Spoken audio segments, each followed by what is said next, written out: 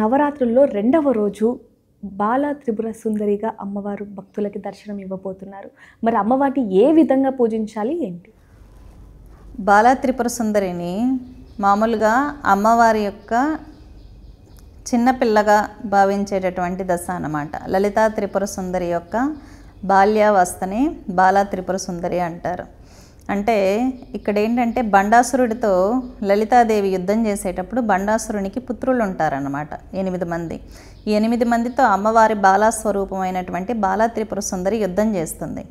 యుద్ధం చేసినప్పుడు ఏముంది, చిన్నపిల్లే కదా అని చెప్పి ఈ 8 మంది రాక్షసులు అమ్మవారిని చూసి అపహాస్యం చేస్తారు. అపహాస్యం చేసినప్పుడు ఏంటంటే బాల త్రిపుర సుందరీదేవి వాళ్ళకి జ్ఞానాన్ని బోధిస్తుంది. జ్ఞానాన్ని బోధించినా కూడా అసురులు విన్నరు అన్నమాట. వాళ్ళకు ఉన్నటువంటి అసురత్వం యొక్క నేచర్తో అమ్మవారి యొక్క జ్ఞానబోధ అనేది వాళ్ళకు అందదు. కాబట్టి అమ్మవారు వారిని సంహరిస్తుంది శ్రీచక్రం మీద కూర్చొని మరి. కాబట్టి బాల ఆరాధన చేసిన వాళ్ళు లలిత ఆరాధన చేసిన వాళ్ళతో సమానం. ఎందుకంటే లలితాదేవి ఎటువంటి అనుగ్రహాన్ని అయితే మన మీద కురిపిస్తుందో అలాగే బాల త్రిపుర సుందరి కూడా పూర్తి అనుగ్రహాన్ని మన మీద కురిపిస్తుంది. ఎక్కువగా బ్రాహ్మణులు బాల త్రిపుర సుందరి ఉపాసన చేస్తూ ఉంటారన్నమాట. కేరళ ప్రాంతంలో కూడా బాల ఆరాధన అనేది ఎక్కువగా జరుగుతుంది.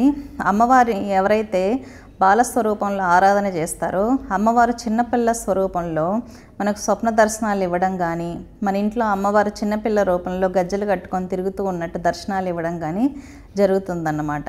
కాబట్టి బాలస్వరూపంని ఎవరైతే ఆరాధిస్తారో వారికి సరైనటువంటి పుత్రికా సంతానం కూడా కలుగుతుంది. చాలామంది ఆడపిల్లలు కావాలని కోరుకునే వాళ్ళు కూడా ఉంటారు. అటువంటి వాళ్ళు బాల త్రిపుర సుందరి ఆరాధన చేస్తే చక్కటి ఆడపిల్ల అమ్మవారి స్వరూపంలో ఆ ఇంట్లో జన్మిస్తుందన్నమాట.